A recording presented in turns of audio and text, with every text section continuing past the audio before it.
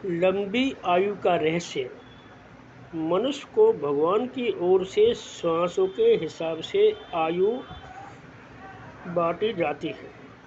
एक व्यक्ति 1 घंटे में 900 के लगभग श्वास लेता है और वह एक दिन में यानी 24 घंटों में आमतौर पर 21,600 बार सांस लेता है। यदि वह अपने श्वास को गहरा और लंबा कर ले तो जितना जितना जितना इस अभ्यास में सफल होगा उसी हिसाब से उसकी आयु भी बढ़ जाएगी। मनुष्य के जीवन में क्रोध, तनाव, दुख, चिंता, बेचैनी, रोग, भागम भाग और विषय भोगों की अधिकता के कारण सांस ज़्यादा तेज चलने लगते हैं, जिससे उसकी आयु कम हो जाती है।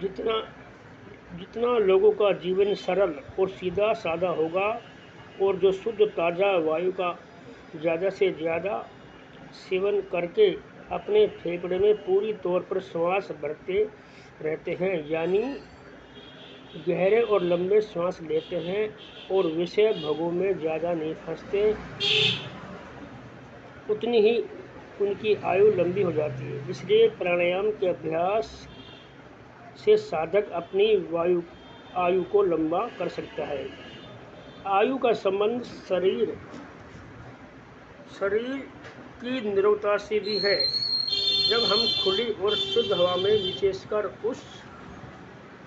उस स्थान पर बैठकर चलते चलते प्राणायाम करते हैं जहां वृक्षों की संख्या अधिक हो, तो उससे प्राणायाम के द्वारा रोगों को दूर करने और शरीर को स्वस्थ रखने में बहुत सहायता मिलती है।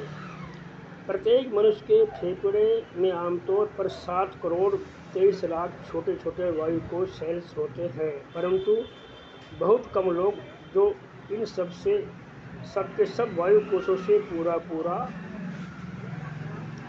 काम लेते हैं।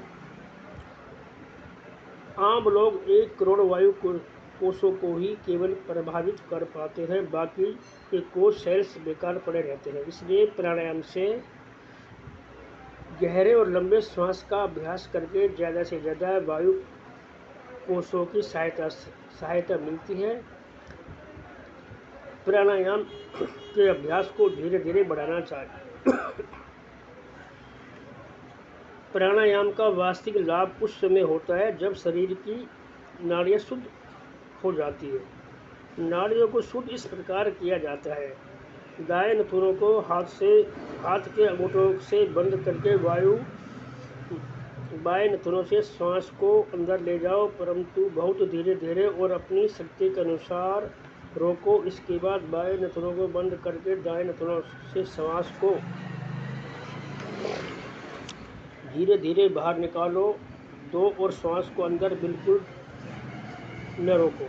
इस प्रकार फिर दाहिने नथुनों से श्वास को धीरे धीरे अंदर भरकर और रोककर फिर बाएं नथुनों से निकाल दो। इस प्रकार बारी बारी कई बार करो। यदि प्रातः काल या दिन को समय न मिले तो सायंकाल समय करो। नाड़ियों के शुद्ध होने की निशानी यह है कि इससे शरीर हल्का फुल्का हो जाता है, श्वास स्थायी और प्राकृतिक स्थिति नॉर्मल में आ जाता है, आंखों में चमक, चेहरे पर रौनक और वाणी सुरीली हो जाती है और मन में आनंद का अनुभव होने लगता है। दूसरे पर प्रभाव पड़ता है। ऐसी अवस्था प्राप्त होने तक अभ्यास को जारी रखना चाहिए। प्राणायाम में सफलता प्राप्त करने के लिए इन बातों की ओर ध्यान देना चाहिए। प्राणायाम प्रातः काल के समय ज़्यादा उपयोगी होता है। प्राणायाम खुली शुद्ध ताज़ा वायु के स्थान में, विशेषकर जहाँ पेड़ों की संख्या अधिक हो, वहाँ करना चाहिए। यदि वायु शुद्ध हो, घर में इसका अभ्यास किया जा सकता है। प्राणायाम के समय मन में किसी प्रकार का तनाव, परेशानी और शरीर में थकावट नहीं होनी चाहिए। प्राणायाम में आगे बढ़ने का अभ्यास धीरे धीरे अपनी शक्ति के और श्वास के अनुसार करना चाहिए। प्राणायाम को शुरू करने से पहले फेफड़े में से रात की गंदी वायु बाहर अच्छी तरह निकाल देनी चाहिए। प्राणायाम आराम करने से पहले यदि एक प्याला दूध या फल का रस